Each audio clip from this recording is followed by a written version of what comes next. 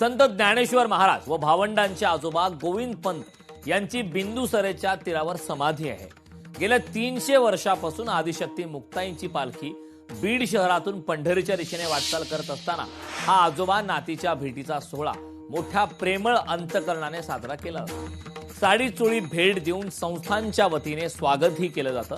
त्यामुळे 300 वर्षाची अनोखी आजोबा नातीच्या भेटीची परंपरा अत्यंत प्रेमाने साजरी केली जाते। मुक्ताई पालखी सोहळ्याचे प्रमुख अमृत महाराज यांनी सांगितले। त्यांच्याशी बातचीत केली आमचे प्रतिनिधी हरिदास तावरे।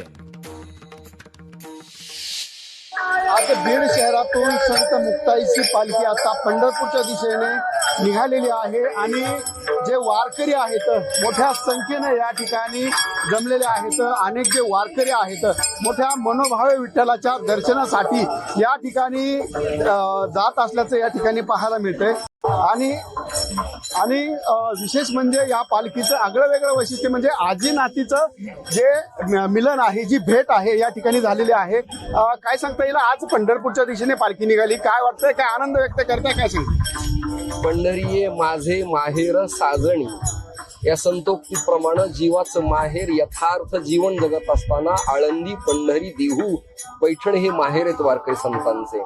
आणि त्यातली त्यात इथे ढोकळ्यांच्या घराण्यापासून ते कुलकर्णी घरापर्यंत आपेगाव ते बीडचं हे ऐतिहासिक नात आहे।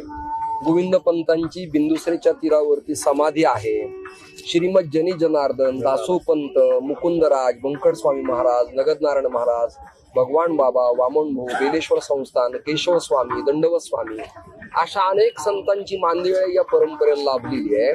त्यामुळे माहेरात लेक आल्यावर जो आनंद असतो तो आनंद आज मुक्ताई एकीकडे बीड जिल्ह्यामध्ये पाऊस नाहीये, काय मागणी करता विठ्ठलाच्या चरणी? मी पांडुरंगाला आणि संत मुक्ताईला प्रार्थना करतो की पर्जन्यमान व्यवस्थित होऊ द्या।